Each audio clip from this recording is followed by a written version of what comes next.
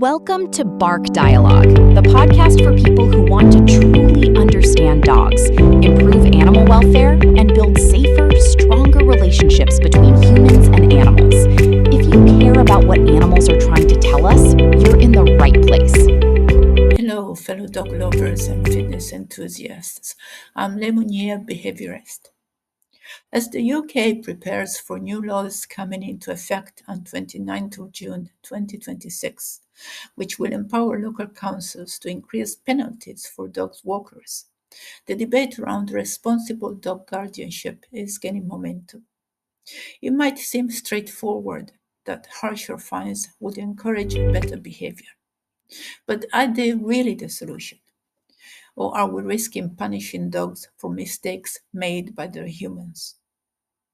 On the surface, stricter penalties appear justified. Rules exist to be followed, and when they're broken, consequences naturally follow. However, simply imposing fines on dog guardians misses the core problem: a widespread lack of education and understanding about what responsible dog care truly entails. Dogs don't make the laws, people do. But those laws don't address the real needs of dogs. It is the dogs who bear the burden. If a dog's behavior is challenging because their guardian doesn't understand canine behavior, or has unrealistic expectations, or can't put the time in, finding the guardian is like treating the symptom rather than curing the cause. While fines may generate revenue for councils or give the appearance of action, they rarely lead to meaningful change. Instead, they can alienate conscientious guardians and do little to guide those who most need support. Animal welfare professionals witness the consequences daily. Dogs being surrendered due to behaviors that are normal but misunderstood, families overwhelmed by challenges that they weren't prepared for, and behavioral issues escalating because early warning signs were ignored. Many of these heartbreaks could be prevented through better education. Consider this: in nearly every other area of responsibility, education is compulsory. We train for careers, prepare for professions, and pass tests to drive cars. Yet anyone can bring a dog home without learning the basics of animal welfare.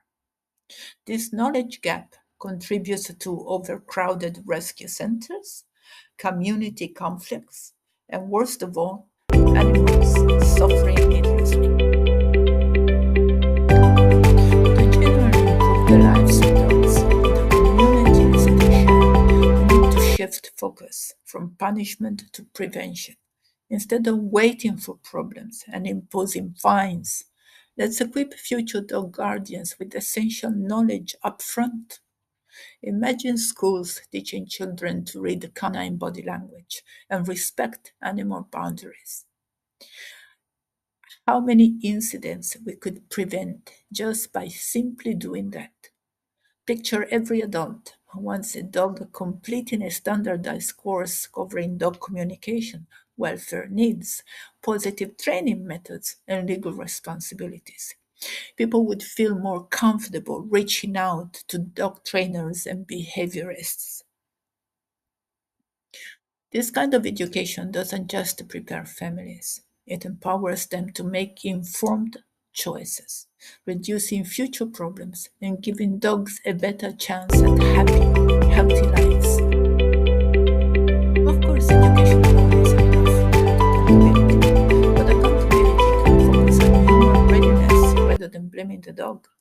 For example, refusing mandatory education could mean not being allowed to get a dog, because that is a sign that the person who's looking at the dog and looking to bring a dog into their home isn't ready to welcome that dog.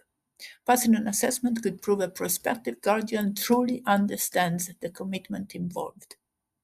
This is because most of the dogs surrendered are surrendered because people didn't think it was such a commitment.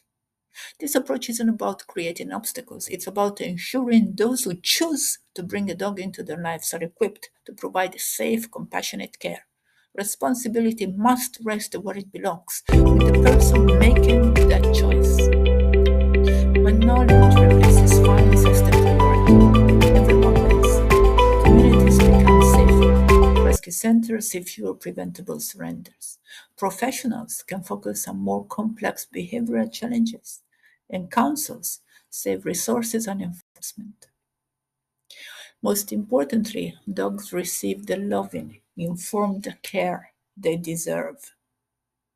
So before we ask how much to fine people, let's ask how better to prepare them. Protecting dogs requires more than reactive laws. It demands proactive education and thoughtful support. Here's to a future where paws are protected through knowledge, not penalties.